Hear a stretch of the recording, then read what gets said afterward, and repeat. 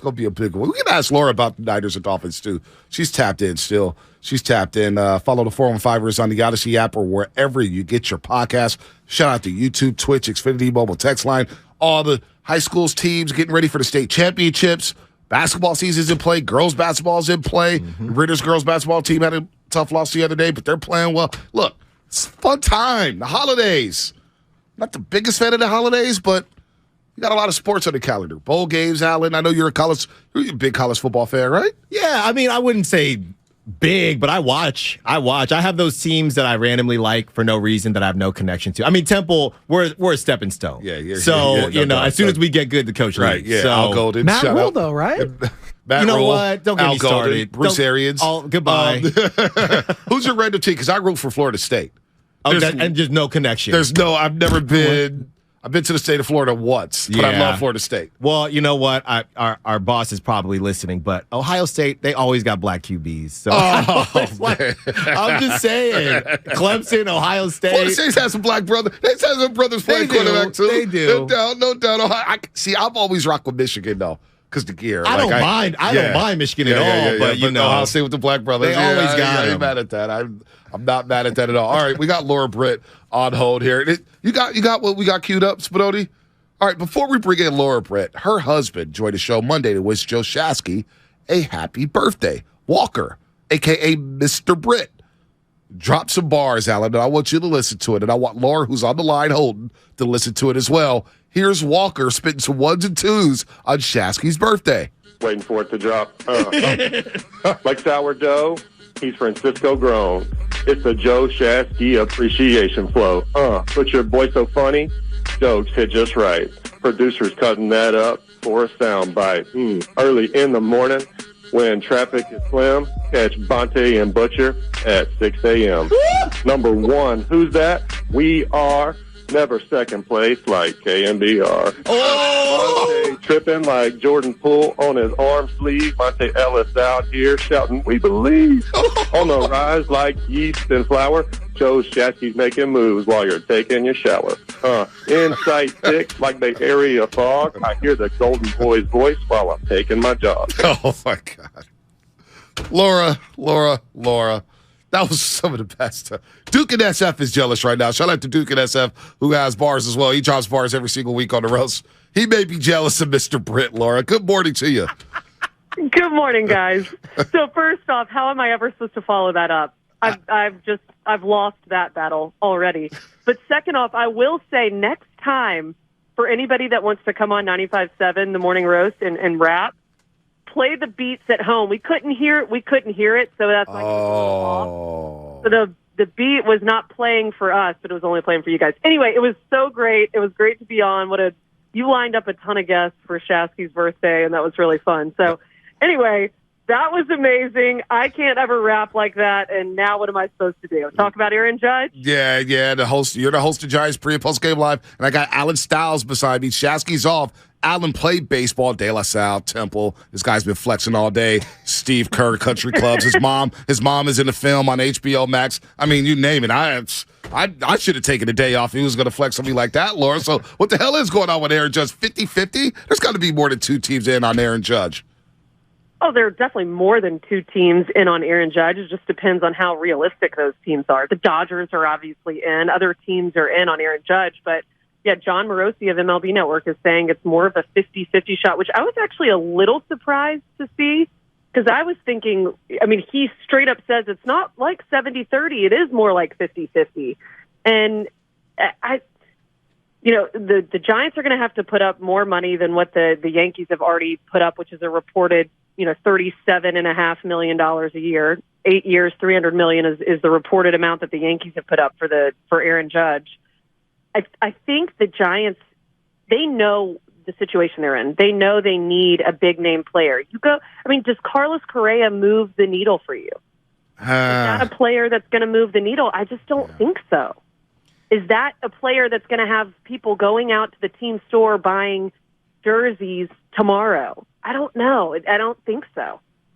Yeah, I mean, I think if you are, I guess, a more hardcore baseball person, it would. But and I think Carlos Correa is a good player.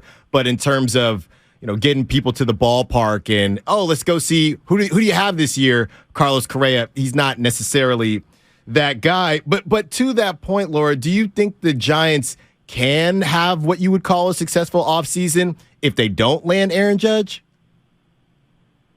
It depends on who you're talking to. If you're talking to Giants fans, I would say anybody outside of Aaron Judge, which, it's one player, right? He's the golden boy right now. I think anybody outside of that is not going to move the needle for diehard Giants fans. So that's kind of a hard standard to live up to if you're the Giants. You can put together a good team outside of Aaron Judge, but I think for fans, what they saw from Judge last season, knowing that he's a local guy, it all plays so well into what the Giants need. They need a superstar, check. They need a guy that's actually going to produce, that's not just a name, check. They want, local guy, homegrown, check.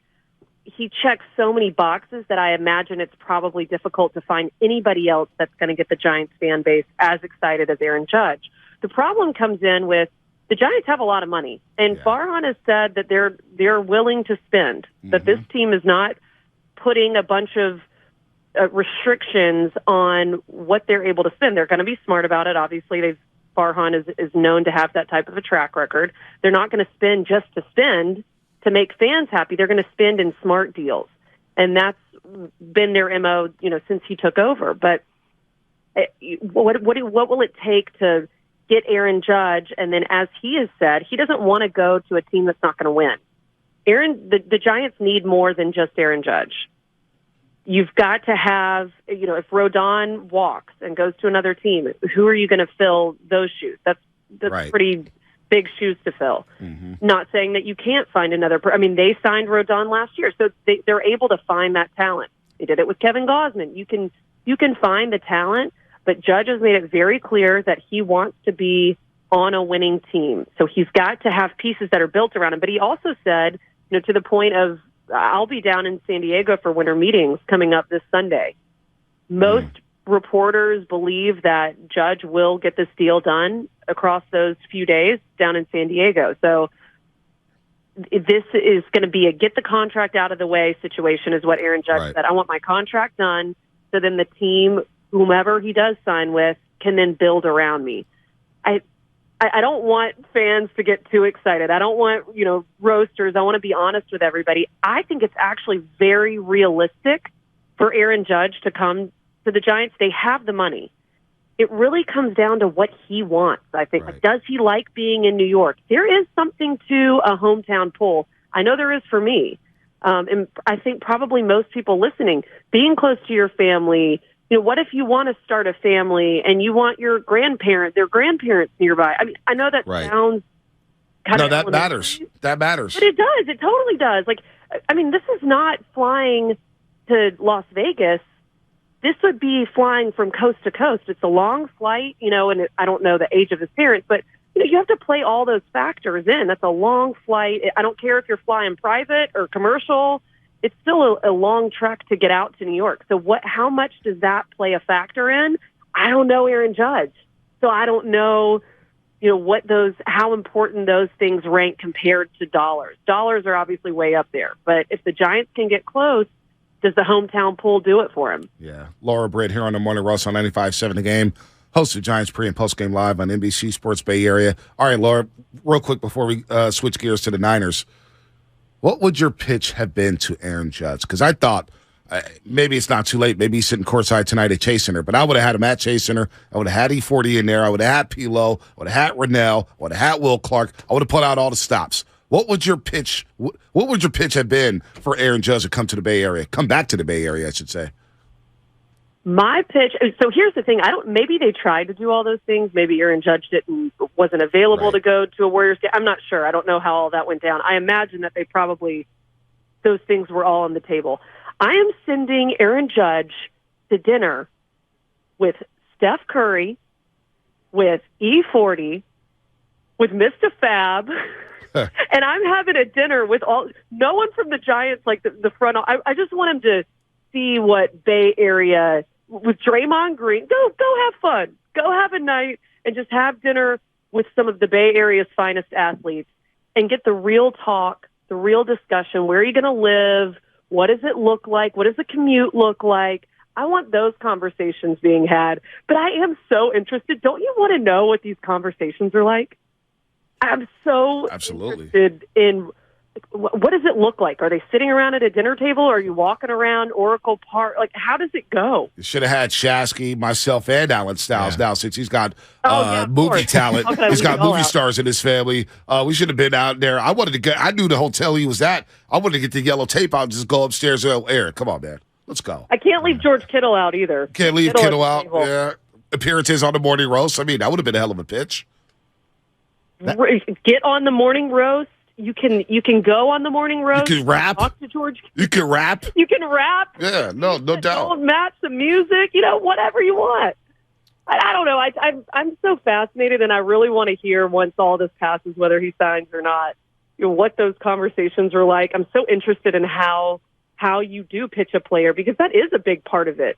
And I think Gabe Kapler being there and talking to what is their relationship like. Those are things that he's weighing in these decisions. But at the end of the day, it's going to come down to money, and then how much does the hometown pool help for bringing Aaron Judge? I did hear, by the way, before we switch over to Niners, I heard that they did try to arrange something with Judge and Steph Curry, and Steph was in New Orleans when they played the Pelicans, and it was actually the game that nobody played, and they were texting, but it ended up not working out. So I don't know who dropped the ball there, but you should have made that happen. If it was the Giants or the Warriors, you should have made that happen. Maybe next time I talk to Steve Kerr, I'll make sure something happens. There's another drop. There you go. Wait, I've got one thing, because I was checking the chat on your YouTube channel. Somebody said Shasky's waiting for Judge at the airport. He does. He probably did. He probably is. He's got the tracker. He's got the real estate agents looking out for him. Oh, yeah. We need Judge here for not only Joe Shasky, we need him for Sam Lubman, Laura. Sam Lubman has been walking around here depressed. Miami Hurricanes stink. The Cal Bears basketball team hasn't won a game yet. Their football team loses to UCLA in front of 100 people. Lubman needs Aaron Judge. If anybody needs Aaron Judge, it's Sam Lubman, Laura. Yeah, well, that's true. That's true. I think a lot of people in the Bay Area, especially after last season, seeing a lot of people want Aaron Judge. Yeah. Do what you got to do, Giants. Get him here. Yeah, there's no way those are the only two teams. All right, Laura, switching over to the Niners. I mean, the most straightforward question we can just start this off with. We know what Tua and these Dolphins, that offense, brings to the table. What do you think the Niners are thinking in terms of their main goals and how they're going to contain this offense on Sunday? Well, I think one of the big things that stands out to me right away is that the Dolphins are most likely going to be without their two starting offensive tackles. Both of those guys have missed their second straight day of practice on Thursday, Teron Armstead and Austin Jackson. So I think that plays a huge factor already into the 49ers, hand. It's also Mike McDaniel playing against Kyle Shanahan. Who has the upper hand there? The guy who mentored Mike McDaniel, or Mike McDaniel who was the mentee? I think that's always an interesting thing to think about. I think Kyle Shanahan's got the upper hand. He taught Mike McDaniel. Just as far as quarterback straight across goes, I think Tua, has the upper hand over Jimmy Garoppolo. But it's so much more than that. It's the number 2 passing offense in the NFL going up against the best defense in the NFL, overall defense. You're getting Eric Armstead back. There's a lot at play for the 49ers, a lot of momentum in their favor, and you might look back at the Dolphins and say, oh, well, they've put up 30 or more points in their past 4 games, but who were they playing? So I think the 49ers have the momentum in their favor right now. You've got this superstar-studded team offensively with, all these players. Like, where do you even begin to start to try to defend against the 49ers offense? Good luck with that to the Dolphins. And then with the Dolphins already down, put pressure on Tua. Put pressure. They're going to be doing that. And the 49ers defense has proven that they are the best of the best in the NFL. So I actually I think it's going to be a really good game. Anytime you have 2 meetings of the minds, we've seen that with Sean McVay and Kyle Shanahan, and especially with Mike McDaniel and Shanahan facing off for the first time, it's going to be an incredible game. The 49ers they're on a roll right now. They They are. Laura, Britt, you're on the roll right now. When you back on Warriors coverage? Saturday, but you're off, aren't you? Yeah, baby Chez's second birthday, Sunday. Second birthday for baby happy birthday, little baby. Yeah, second birthday. So we got to do some things Saturday. But Laura, you're the best. We'll see you Saturday on the screen covering the Warriors. You do some Sharks, Giants, Niners, everything. Hopefully by the time we talk again, by the time we speak again on the Morning Roast, Judge will be a Giant. Alan Stiles will have his cameo on HBO Max. Shasky will be back panicking about God knows what. And all will be right in the world. Alan, great to meet you, by the way, I guess on the radio, however that works. And then I have a pitch for the two of you. Why don't you cheer for UAB as your college team? We just got Trent Dilfer as our head coach. Just pull for the Blazers. I got thoughts. Sure, why not? Yeah, Good to meet you too, radio-wise, Laura. Great to meet you. Go UAB! Go UAB. The Kings of Alabama. Blazers. Go UAB, baby. What conference you guys in again? Conference USA? Yeah. Well, Laura and I, we're both two schools where you get good, and we'll see you when we see you. Yeah, we'll see you when you see you. Yeah. Oh, Laura, have a good Bye, weekend. guys. Great being on with you. Anytime. Laura Britt, the one and only, the queen of the roast, Laura Britt, here on 95.7 The Game.